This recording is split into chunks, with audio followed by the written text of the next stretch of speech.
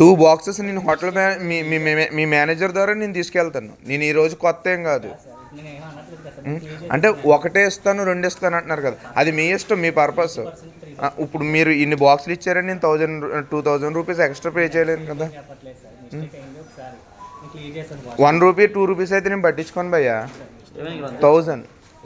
1000 rupees bill extra వేశారు ఇప్పుడే. ఎప్పుడైతే ఇప్పుడు ఎందుకు అడుగుతాం? అదిగోండి బిల్లు.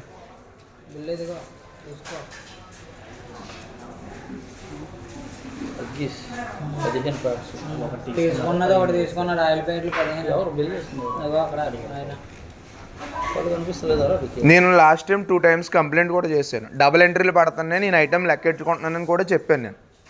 ఇప్పుడు నేను చేయలేదు ఇది. 15.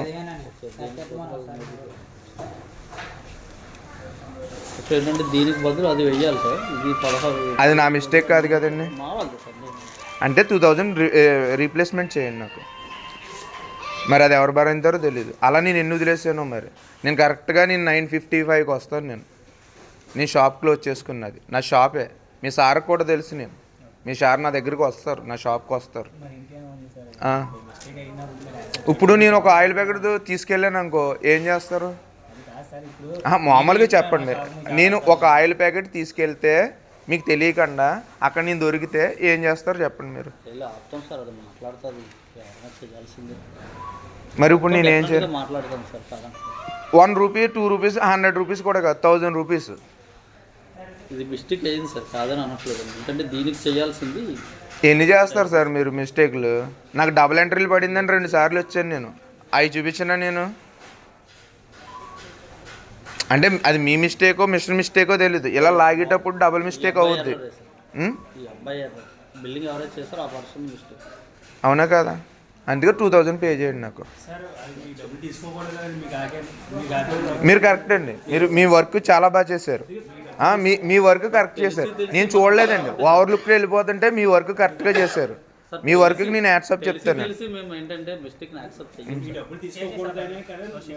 ఆపేరండి. మీ వర్క్ కరెక్ట్ అంటున్నాను కదండి. అలా కాదండి. ఇప్పుడు మీ ఎవరి డబ్బులు ఎవరికి వద్దు. ఇప్పుడు నేను ఒక ఆయిల్ ప్యాకెట్ ఎక్స్ట్రా తీసుకెళ్ళినా మీరు ఏమంటారు చెప్పండి ఒకసారి.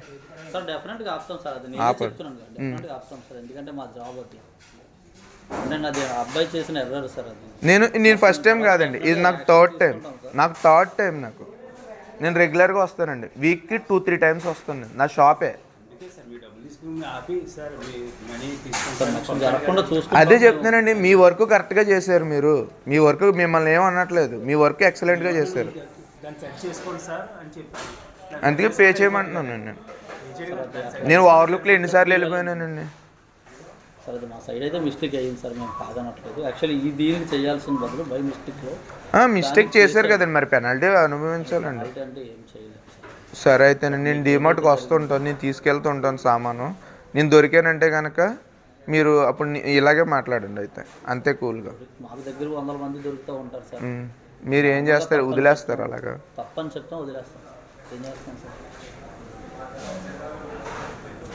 ఇది అమౌంట్ రిఫండ్ ఇచ్చారు.